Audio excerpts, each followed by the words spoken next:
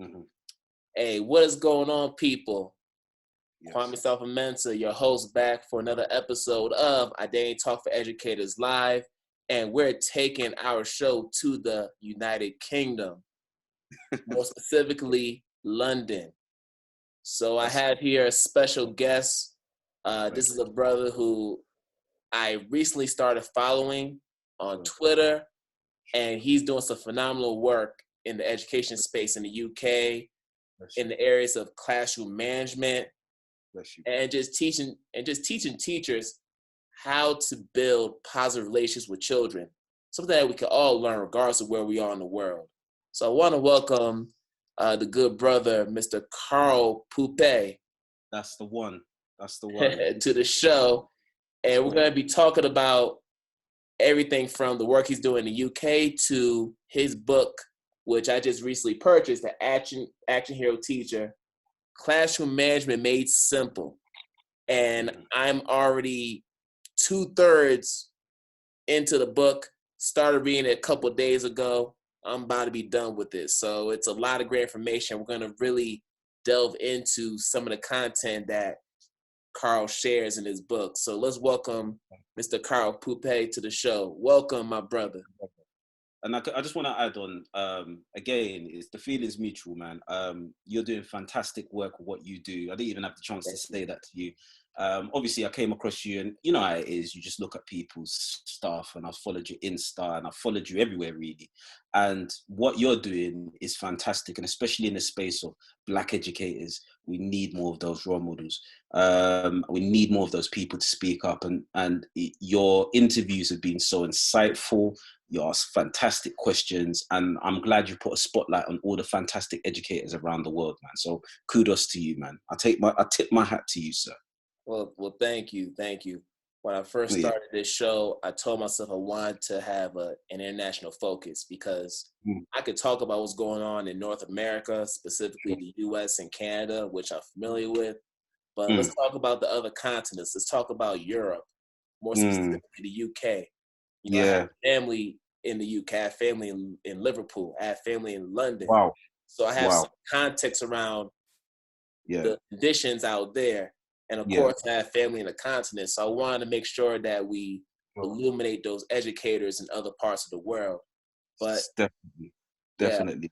And I think the issues with the diaspora, because, you know, it's surprising. I've spoken to educators from Canada, from America, even like the likes of Australia. And I don't know, it saddens me sometimes, but the issues are similar.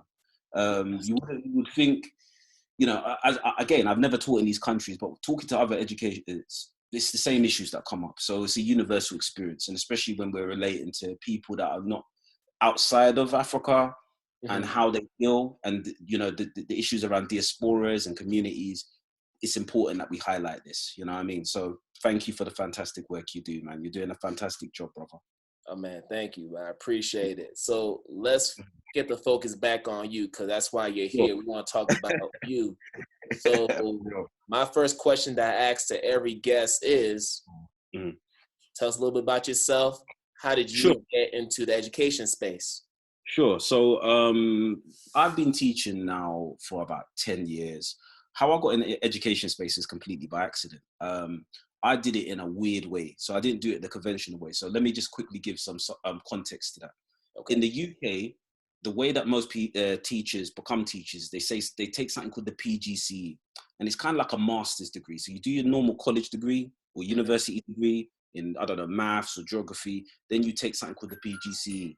And that's very academic. You go to uni again. So it's like a master's, you go to uni, then you go in the classroom. Then you've got to complete a year of your PGCE year, and then you do something called NQT. So basically it's like you're a trainee teacher. Once you do those 2 years, you're a fully fledged teacher.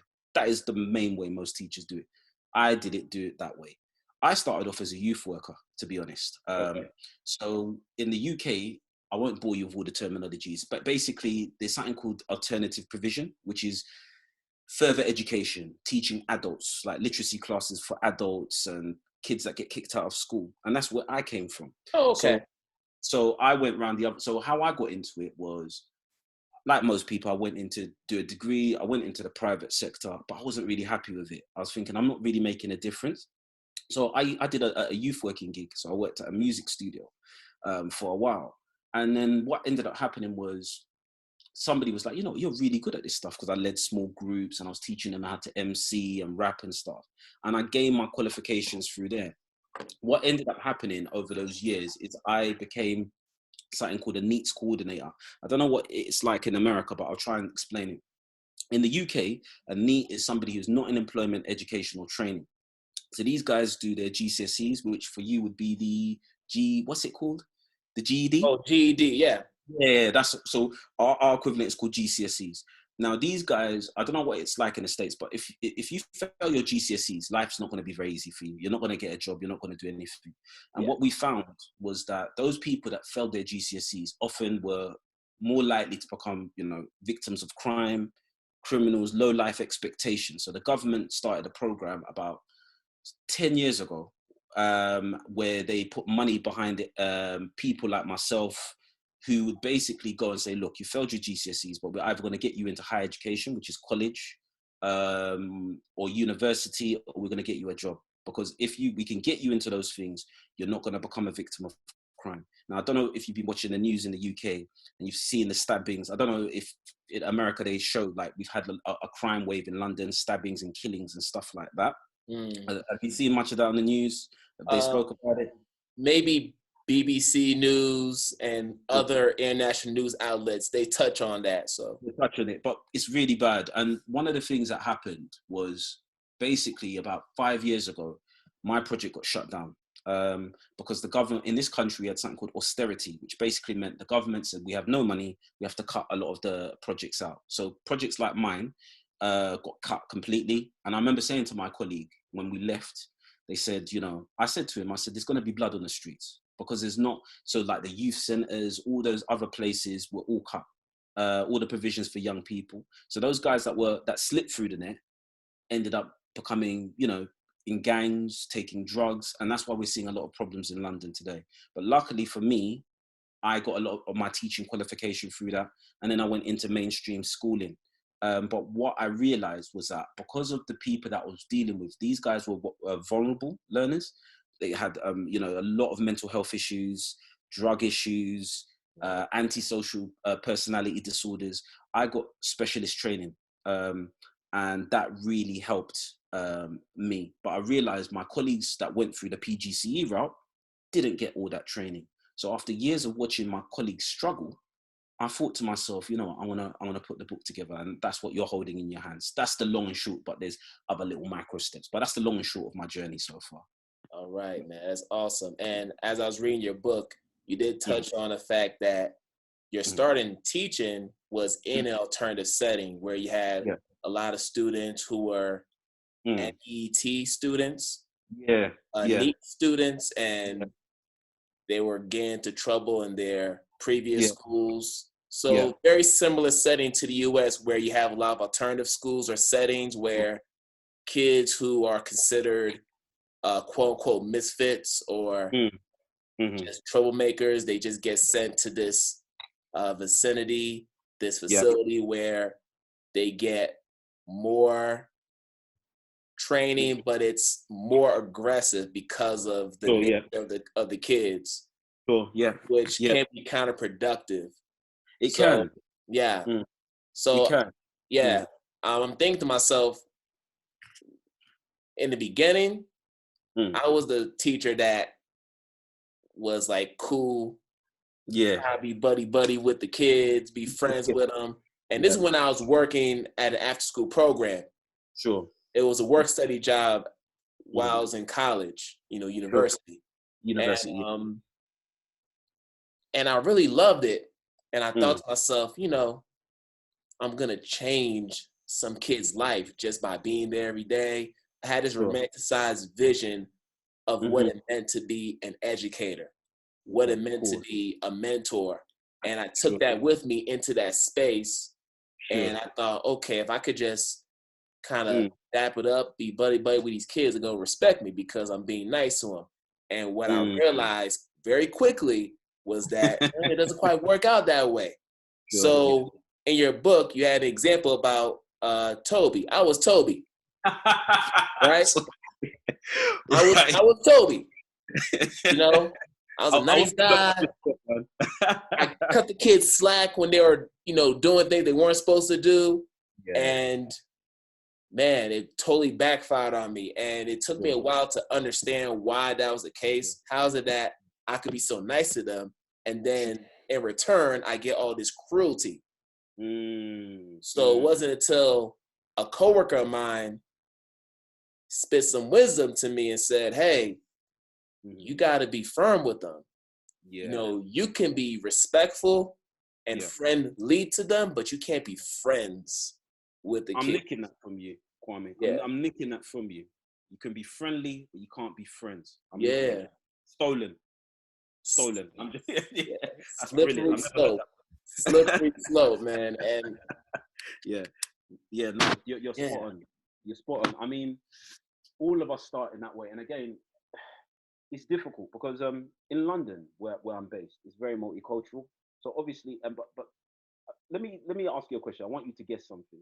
Okay. So there's 500,000 teachers in the UK. Okay, as it stands at the moment, 500,000 teachers.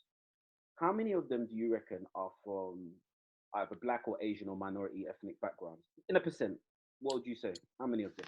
Well, given what I know about the UK education system, I would say it's a very small percentage. Sure. Any numbers? I'm pushing. I'm gonna go with 10%. 10%. All right. It's even smaller than that.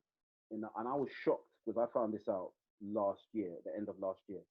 Of all the 500,000 teachers that we've got in the UK, it's only 2% which classify themselves as ethnic minorities, which is absolutely shocking. Wow. 2% of all the teachers in the UK. I'm not a mathematician by trade. You probably could work that out, but I don't know how many in terms of a number that is, but only 2%. So we are a minority of a minority. Now, if you look in places like London is where in the UK, most of the major big cities will house most of the ethnic minorities. I think 70% of all ethnic minorities live in the big cities in the UK, whether it's London, Birmingham, Manchester, Liverpool, Oxford. So what you've got is a big disparity. So leading on to what you were saying about Toby, what I felt, I started off as a Toby as well. Very in my teaching career, because obviously not obviously, should I say, you've got in London a lot of children that look to you and say, wow, you're a teacher, you're Black like me, so we can relate. So you think, I'm going to chop it up with them and talk to them. But as you rightly said, if you don't have the other frameworks in place, what ends up happening is that you end up taking on a lot of issues, and it becomes a boundary issue. And what you're doing is you're causing a conflict for yourself later down the line, if that makes any sense. Because what ends up happening is, as I explained in the book, when you don't set those clear boundaries, what ends up happening is basically the child thinks, oh, you're cool and you're tight. And when you have to put that boundary down, they're doubly hurt because they're thinking, rah, you're cool. I thought you were a cool guy. You're not cool. You're like everybody else. But they feel that you've broken their trust.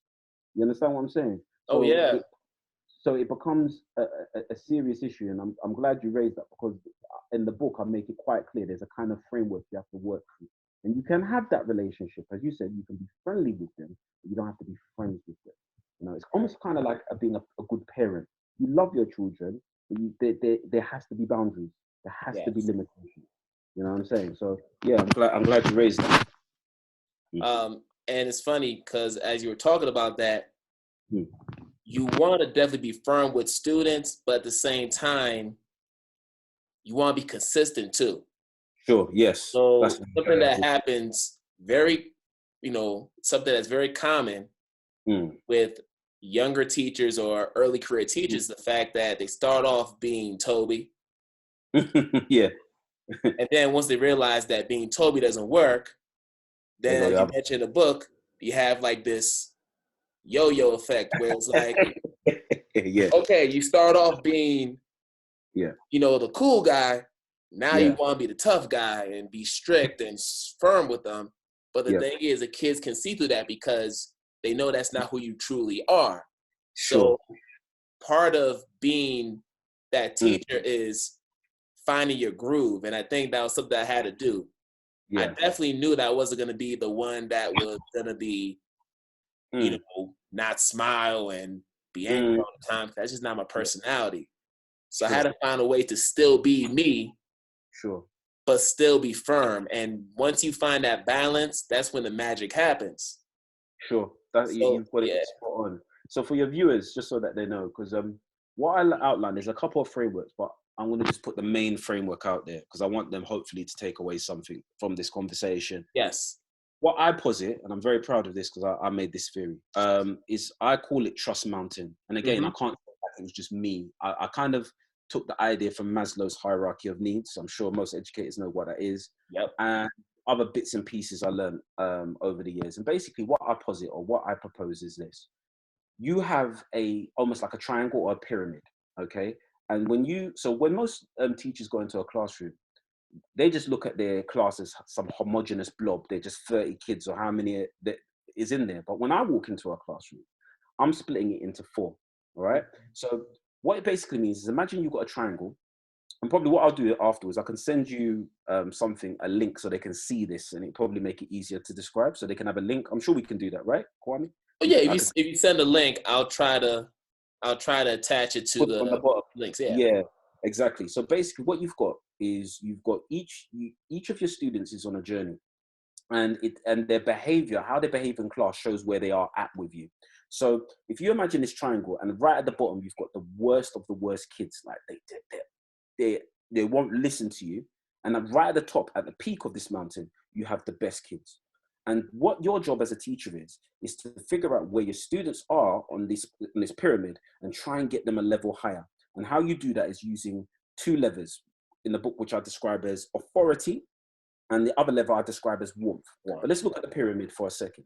So right at the bottom level, I described it as having what we call a disruptor. A disruptor is a person who will come in your class and they won't listen to you. They can be aggressive, they can be rude. And this is where what I call flashpoint situations happen. This is where so you tell John, I said, this is the realm where Johnny Table Flipper lives, right? This is the realm where you say something, no, I'm not doing it. They flipping tables, they're fighting. And that's the lowest level. That's the toughest level, right?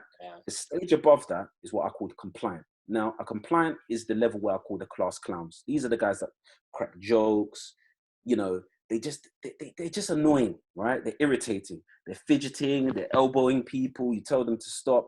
Now, the difference between a compliant and a disruptor is how they respond to you. So now, whereas a disruptor might act aggressive and the disruptor might, get up in your face, a compliant is more likely to say, okay, sir, but they're more like low level. So when you're not looking, they're throwing things and elbowing. You just have to press on them. The next level above is what I call positive. That's the green zone. So I color coordinate it as well in the book. So disruptor is red, compliant is yellow, like a traffic light. Then positive is what I call the green zone. Now, these are not perfect kids, but what a positive can do is something critical that the other 2 levels below can't. They can self-correct. So for example, going back to, just say you've got somebody who's talking, you look at them and they'll say something like, you know what, sir, I'm sorry. I know I was talking, I know I was messing around. That's positive because you didn't have to say anything to them. You literally looked at them and they're self-correcting. They're thinking about their behavior.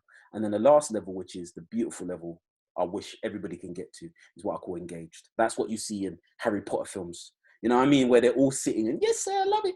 That is where they engage with you. You're vibing, they want to learn, they're enjoying the lessons. Behavior is not an issue because they're just so locked into the lessons.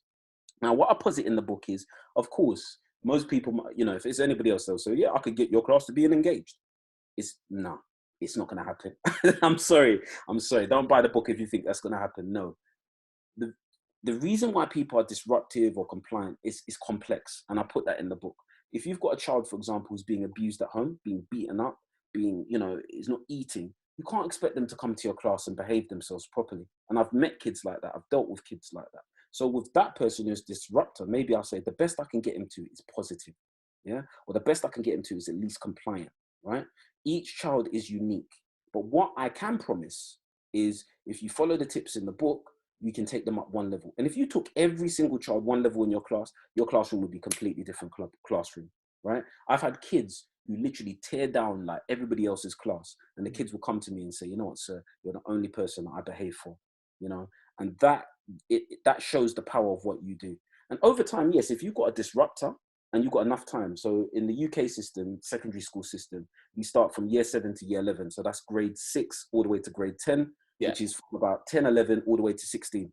Yes. If you've got somebody who's disruptive and you get extra help like therapy and other things get put into place, maybe over time you can get that person to become engaged. It's not impossible.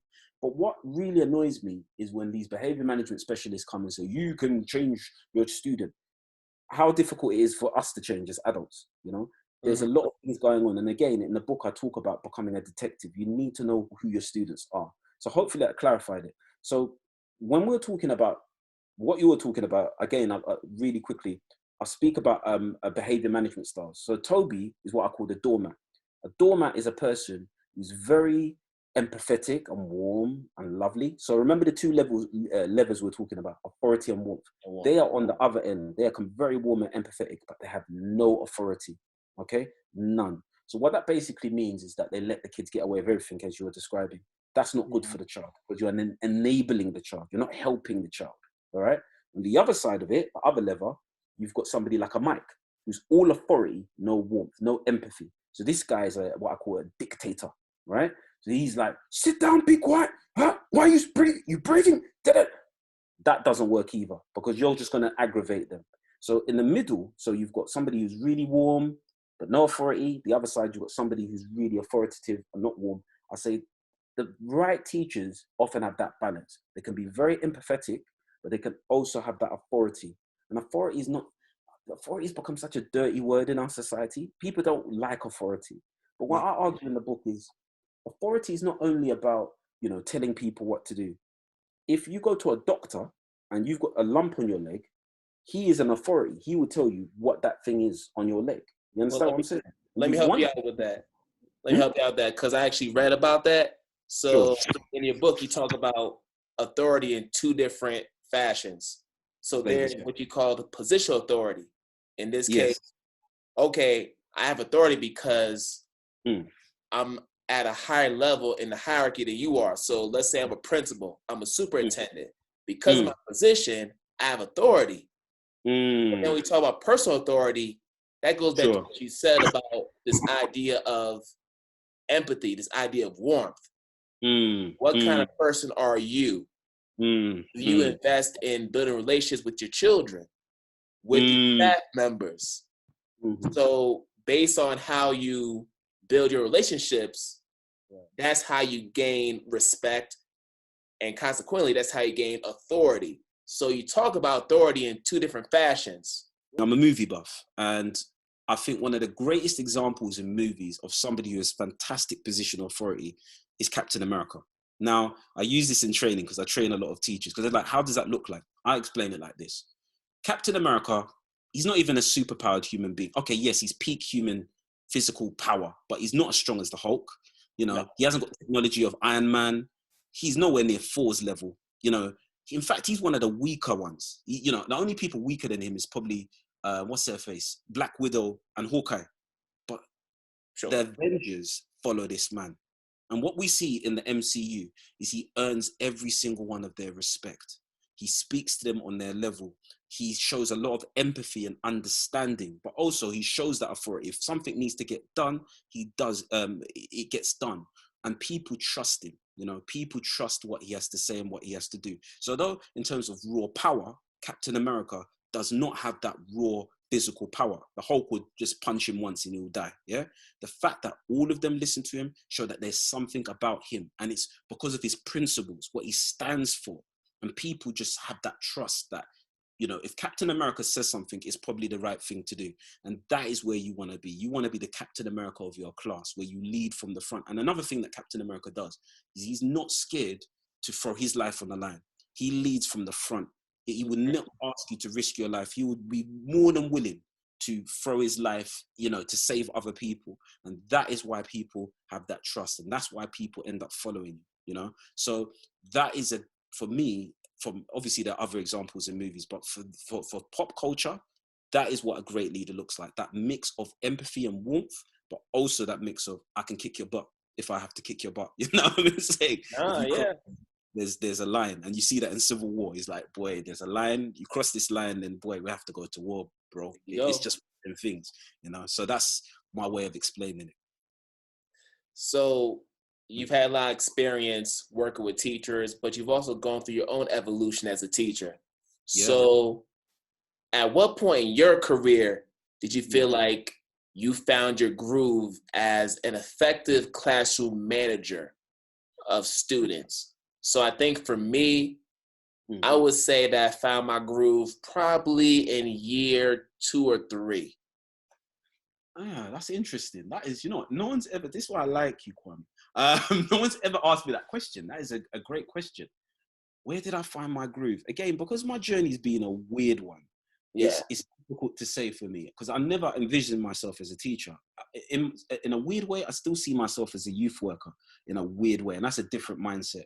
I think where I found my groove and I realized that, okay, I'm onto something, is when I become a supply teacher or substitute teacher in American vernacular. So after I left my job, I had to leave because the funding got cut. I did substitute teaching for a while. And I don't know if you obviously know, we've all had substitute teachers. It's like, boy, open season. That substitute teacher, you know what I mean?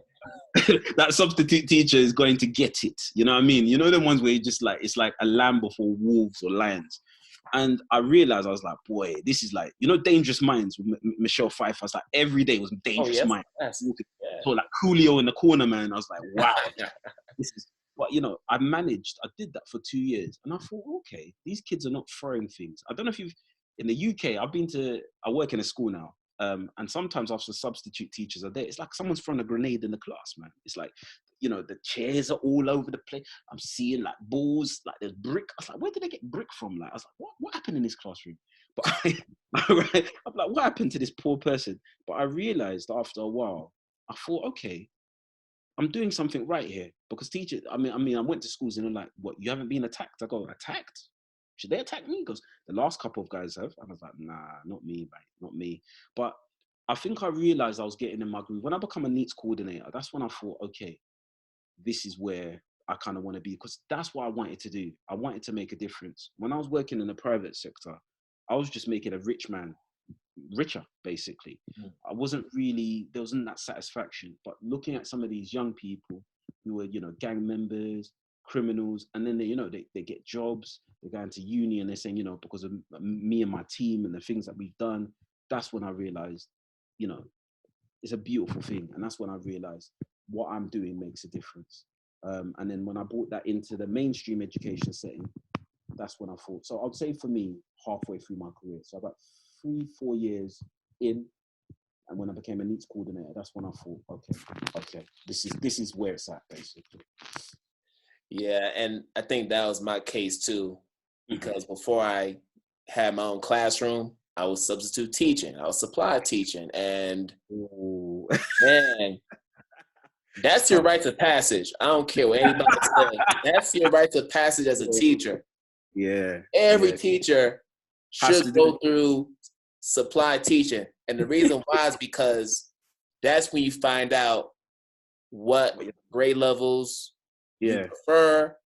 That's where you start to build your identity. Sure. And it's trial and error. You're able to make mistakes because guess what? You're in a setting where you don't have all the tools available. You don't have, in some cases, you don't have a lesson plan left by the teacher. In some cases, it's just you and 20 plus students staring at you for 8 hours. You have to find a way to get to the bell. Engage them. Get to the bell. Exactly. It's like, I like what you said there, because sometimes you walk in that classroom and it honestly felt like, like Gladiator. With Russell Crowe, and you're walking into that Coliseum, and you literally just have to put that mark down. It's like, it's weird because I think of things in songs, and the song when I was supply teaching, Victory with Puff Daddy and Biggie. Oh, like that. That's sometimes I walk into the classroom, 1, 1, 2. I was like, wow. Check me out right here, yo. The sun don't shine forever. I was like, wow, because as you said, but you know what the funny thing is, and I think I put this in the book as well. I used to be a battle rapper as well. This was another lifetime. I'm an old man now, but back in the day, I found this, it's weird because the skills I learned when I was battle rapping, you know how it is. I'm sure in the States, obviously you guys started it. You step on a stage, it might not even be your crowd, and you got to win the crowd. You not only have to beat the MC, but you've got to win the crowd. So, and then I became a host of these kind of battle rap circuits. So it was. I still had that same thing, and there was certain psychological tricks that I could do to kind of win them over. And again, it's funny you said that, because a lot of the things that I put in the book came out of that period, because I had to learn, because you've got to build rapport quick. You've got literally, I said in my head, you've got 5 minutes. And if you've lost them in 5 minutes, the next 55 minutes are going to be hell. You're going to have balls of paper thrown at you. You're going to be sworn at. You've got to win them over. You've got to do something. So that is the skills that were kind of there. So now you're spot on. You're spot on. So I was lucky in a weird way. Though people like, when I say that to people, I did like supply teaching for 2 years. Like, how did you survive? Oh, poor dear. Like, that was some of the best times of my life, because again, you have to just win them over, and that's what gave me that advantage. So when I went into schools, I was like, this is a piece of cake, because over my experiences. So yeah, that's what happened, man. So I've got a brother in supply teaching. It's not easy. Yeah, I mean, and that's why I have so much empathy for supply teachers now when they relieve me for a day or two. Like I'm very, like I always make sure to have my lesson plan ready, seeing chart ready, the schedule ready, the agenda. I'll even update the board for them so they don't have to worry about it, because I've been there. I know how it is. So for me, now that I'm a classroom teacher, my job is to try to make the job of the supply teacher as easy as it possibly can be for those 8 hours. Now, as far as what happens from that point on, man, they on their own. I've done everything I can within my capacity as a classroom teacher. As long as they don't wreck your class, you don't come back and your class is wrecked. As long as your class ain't wrecked, yeah? As long as, if it does, I'm not putting it on the teacher all the time. Sometimes I might have to, because, there are different types of supply teachers. You have some who are more proactive, and they might get their butt kicked, but you know what? The effort is there, and they'll make sure that they follow through on the lesson plan the way you want them to. And then there's some who sit behind the desk for 8 hours and let the kids run amok. And you know which ones I'm talking about too. Yeah, I know those ones do. Some of them just say blatantly, I don't really care. It's like, I'm getting paid for the day, regardless of whether the class is in one piece or trash. So they could care, any less. But that's always interesting. But I did have a question. Go for it. And you kind of answered a lot of the questions that I had just through the conversation. Sure. But I wanted to touch on the social contract that you talk about in the book, because as I was reading it, it's very similar to what we talk about here in the U.S. called restorative practices. Yes. So I don't know if you're familiar with the term restorative practices, but a lot of those elements in the social contract are parallel to restorative practice, because when you're doing restorative practices, right, we have the teacher and the students co-create what we call agreements. Yes. So the agreements are the expectations that we want to have in the classroom. It's a team approach. Yes. So I guess you could call them norms, because these are what you want to have happen within your classroom. So it's not like rules where, the teachers or authoritative figures, they dictate what happens in the classroom, and the students have no input on that. So I want to talk about that, because I just saw so many, a lot of intersectionality between restorative practice and what you talk about, the social contract. When it came to being a NEETs coordinator, I went in. So a lot of these, the way the UK system works is, for you to be put in alternative provision, you've got to be kicked out of 2 mainstream schools. So just say you went to, I don't know, Martin Luther King School, high school, you got kicked out of that, and then you went into, I don't know, Barack Obama High School, and then you get kicked out of that. What the authorities would do is they'll put you in alternative provision. That's what we call it. Now, the problem with that, by the time they reach alt provision, where I am, they are completely jaded with the school. They hate school, right?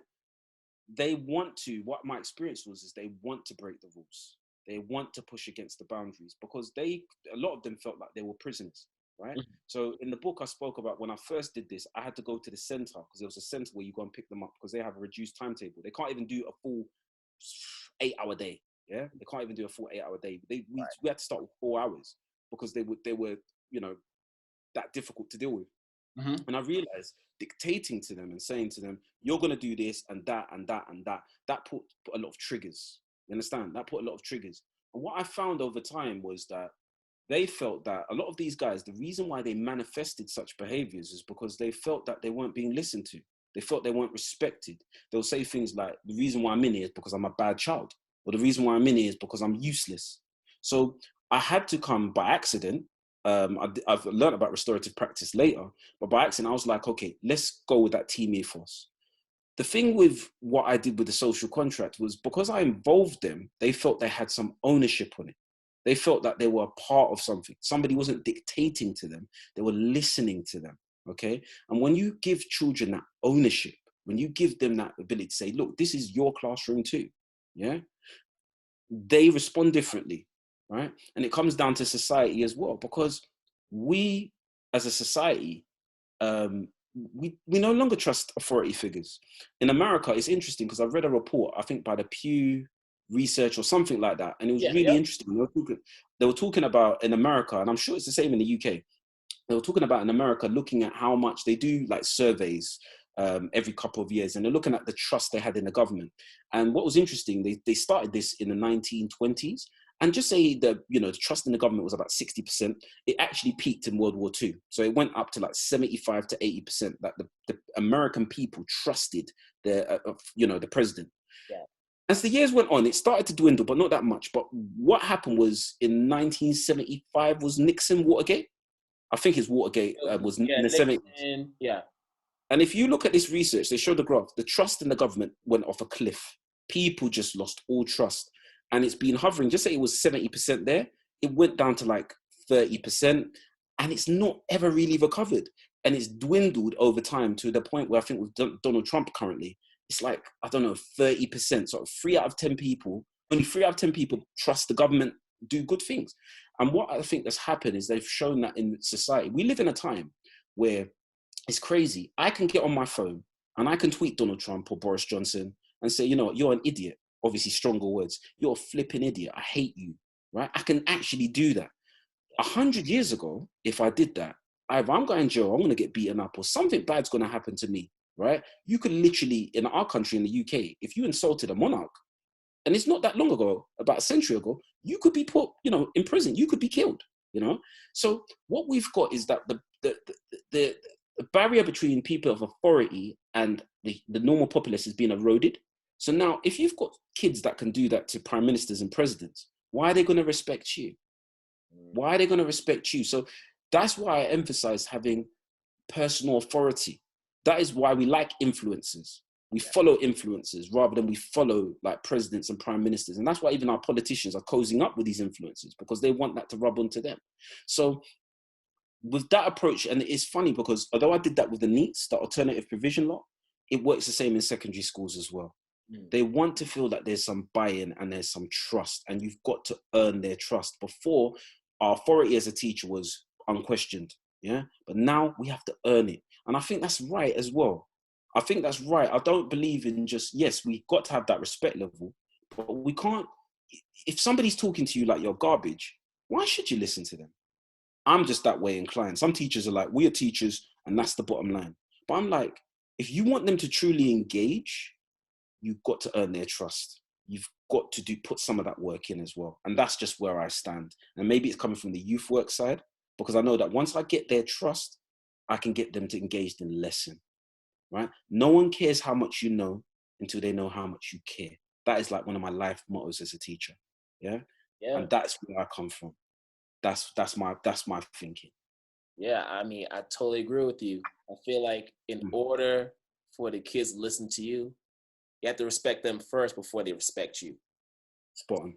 Now, there was a point in time, maybe many years ago, where you didn't have to go through this process.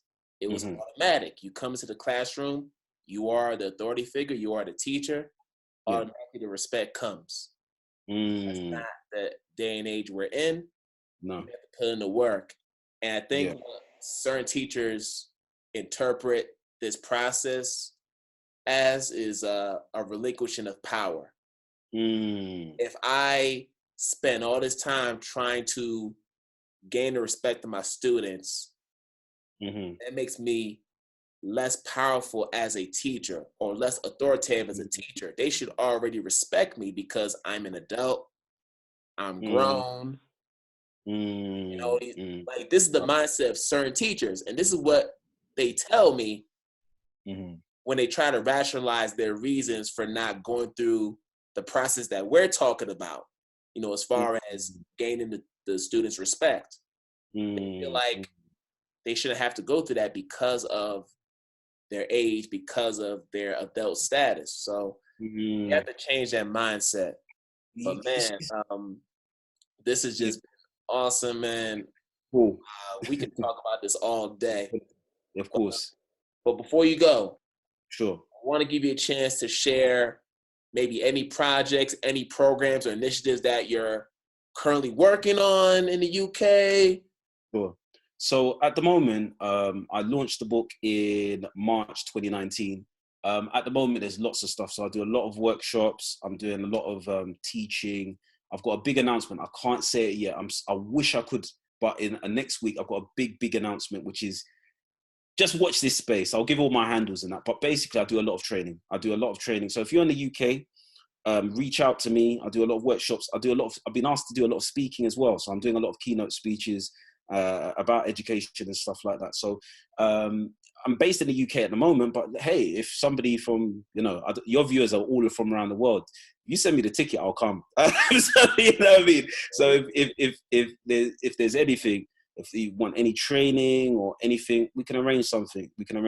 But yes, I am at the moment consulting teachers, and I'm working with a college at the moment, and I'm really excited about this project. I can talk a bit about this one, where new teachers basically using the tenets of my book.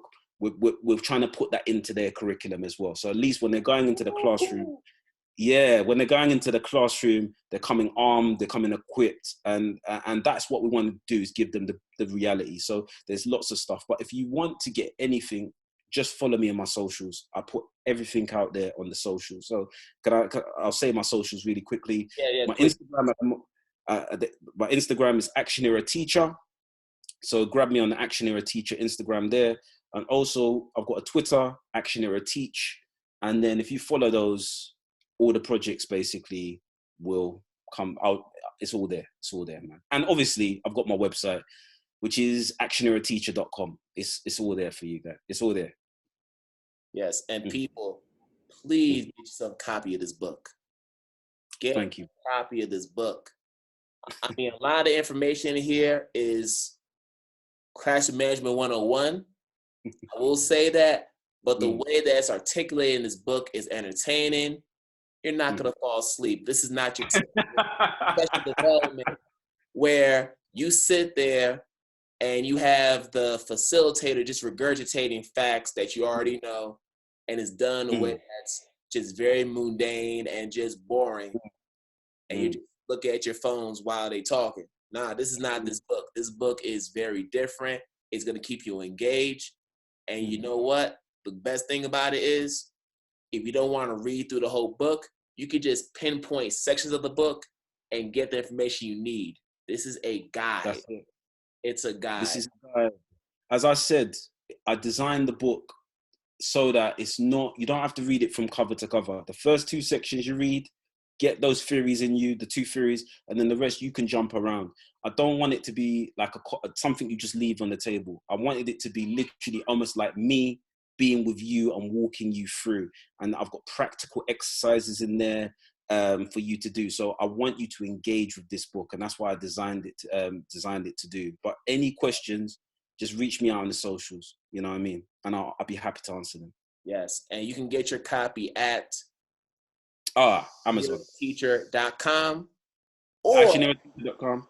Mm. Or you can just go on Amazon like I did and buy yourself a copy of the book. For real. For real. It's that simple. And if you bought the book and you read it and you love the book, leave the brother a review. Please. Okay? Please. Because as someone who's written books myself, we love reviews. We want to hear feedback. We want to hear how the book has transformed your practice. Thank you. And if you didn't like it, we want to hear that as well because we want to be better. Please. Reflective, being a reflective practitioner. So that's important. That's really, really important. So let's hear that feedback, people. Let's hear the feedback. But Karl, man, thank you for being on the show. Thank you, brother. Thank you. This is my first international interview, so thank you for giving me the opportunity. You know what I mean? For giving me the opportunity to chop it up with you, to rap with you for a second, and hopefully, please stay in touch with me, brother. And hopefully, we can. I don't know. We can make something happen. Let's make this truly international, brother. So you know, we follow each other now. And as I say to my anybody that's watching it from my people, because please follow this brother, support his work.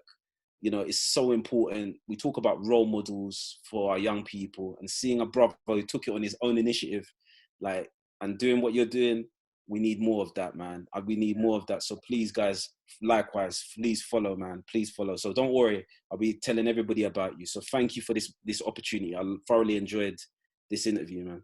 Yeah, and I definitely need to connect you with some folks who I feel like you'll chop up with right away.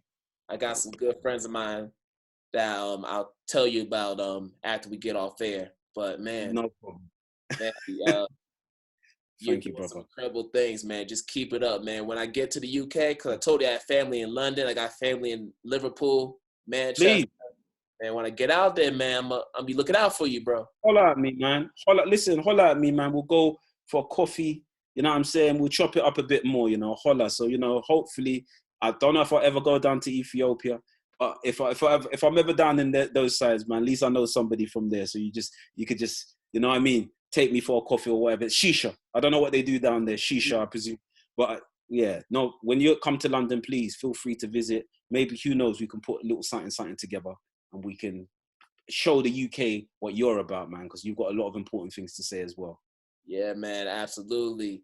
And we'll make that happen. But we're going to wrap up, people, on behalf of Mr. Karl Pupe. Thank you. This is Mr. Kwame Sarfo-Mensah signing off. For real. So good night, good afternoon, good morning, wherever you're in the world. We're going to do this again another time. No, definitely. Peace.